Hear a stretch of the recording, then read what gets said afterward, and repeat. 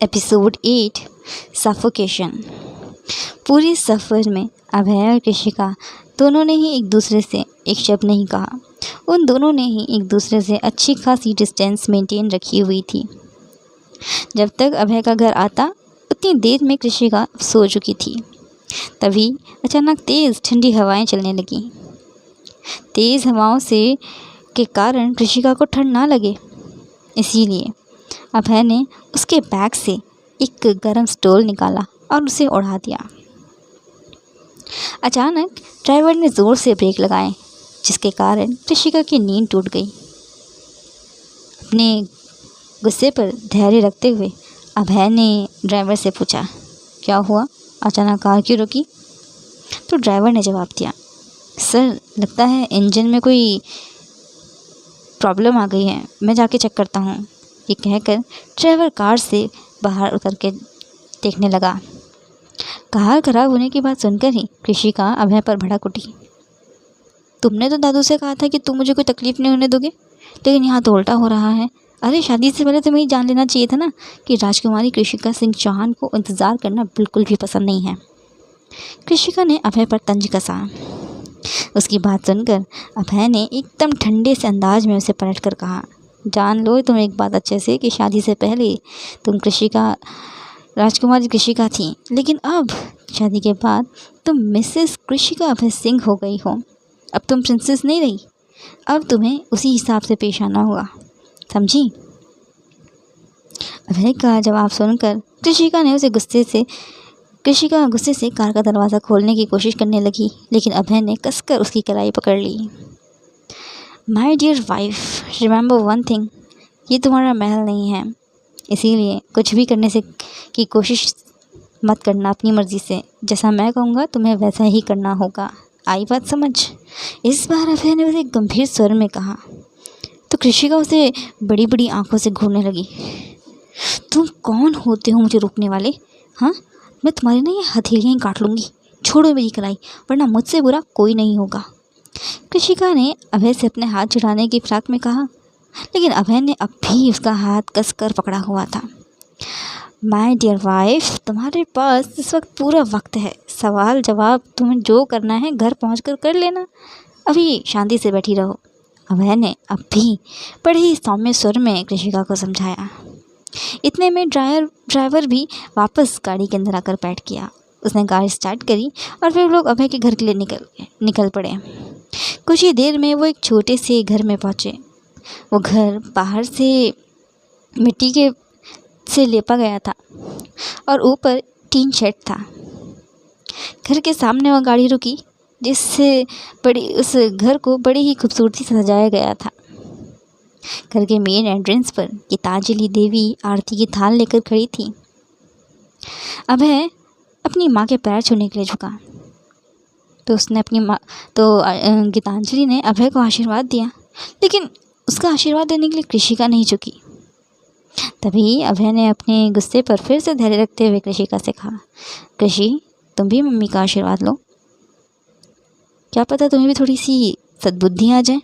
इस बार अभय ने थोड़ा सा उसकी चुटकी लेते हुए ये बात कही तो गीतांजलि अभय को घूरने लगी। वो बोली, अभय ऐसे नहीं बात करते, मेरी बहू को तंग किया ना तो मैं तुझे बहुत पीटूंगी। गीतांजलि ने मुस्करा कर अपने बेटे को चेतावनी दी तो वो चुप हो गया। आओ बेटा, दोनों साथ में खड़े हो जाओ, मुझे तुम दोनों की आरती उतारनी है, वो कृषिका के साथ बड़ी नरमी से बोली। तो कृषिका ने कुछ और ही जवाब दिया।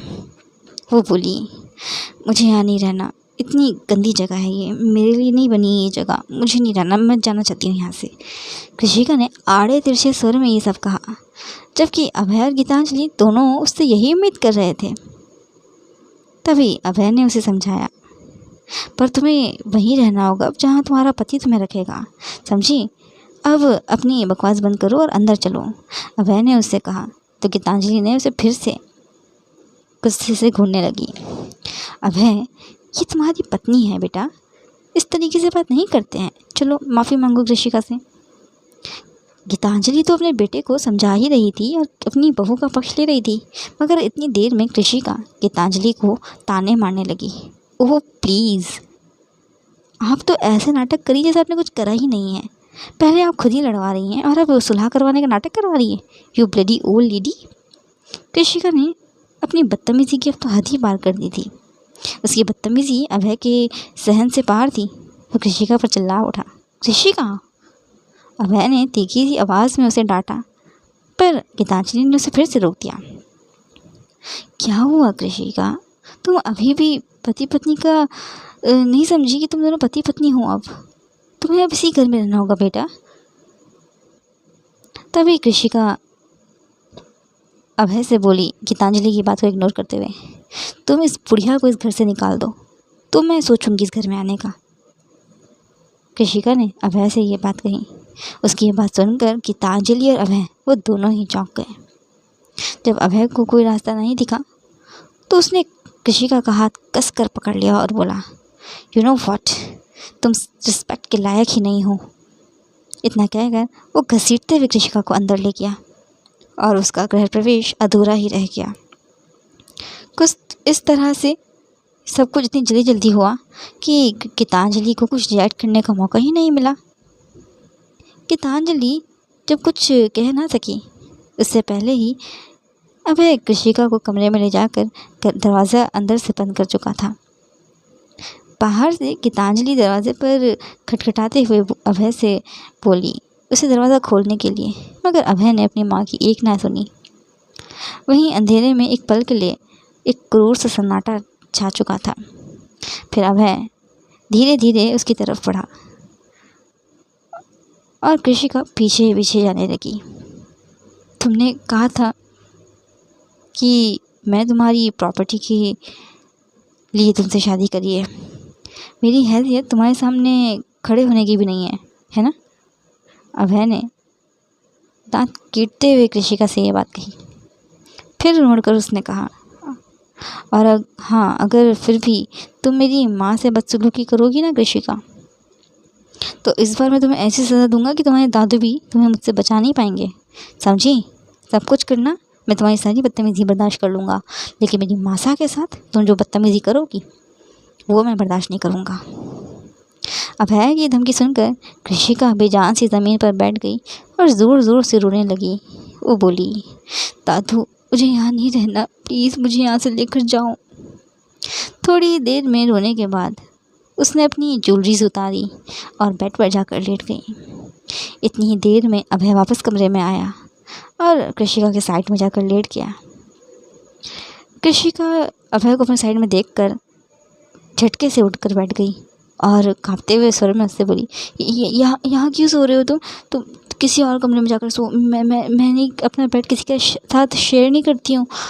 कृषिका पहली बार अभय कृषिका की आंखों में अपना डर देख पा रहा था, मगर फिर भी अभय ने उसे सादे से स्वर में जवाब दिया, ये मेरा घर है और तुम मेरी पत्नी हो। हम दोनों को शादी के बाद एक ही बेड पर सोना होगा। नहीं, हम पति पत्नी नहीं है। मैं नहीं मानती शादी को, यहाँ सांस तक नहीं ले सकती मैं तो। ओ गॉड, मुझे तुमसे तलाक चाहिए प्लीज़। कृषिका ने ये बात इतने नॉर्मल स्वर में कही जैसे उसे कोई फ़र्क ही नहीं पड़ता किसी बात का। उसकी बात सुनकर अभय ज़ोर से हंस पड़ा और उसके मुंह के ठीक सामने आकर बोला, ये सब ना तुम सपनों में ही करना, क्योंकि मैं तुम्हें तलाक नहीं देने वाला हूँ। तब तक तो बिल्कुल नहीं दूंगा जब तक तुम जैसी बदतमीज़ लड़की को मैं सुधार ना लूँ। मैं तुम्हें आज़ाद नहीं करूँगा इस रिश्ते से। ये रिश्ता तभी ख़त्म होगा जब तक हम दोनों में से किसी एक की सांसें नहीं रुक जाएंगी, समझी। तब तक तुम मुझे झेलो और मैं तुम्हें झेलूँगा। ये कहकर अभय वापस अपनी जगह पर लेट गया और सो गया। आज के लिए बस इतना ही। अगर आपको आज का एपिसोड अच्छा लगा तो कमेंट करें और चैनल को सब्सक्राइब करना ना भूलें। Till then take care and bye bye.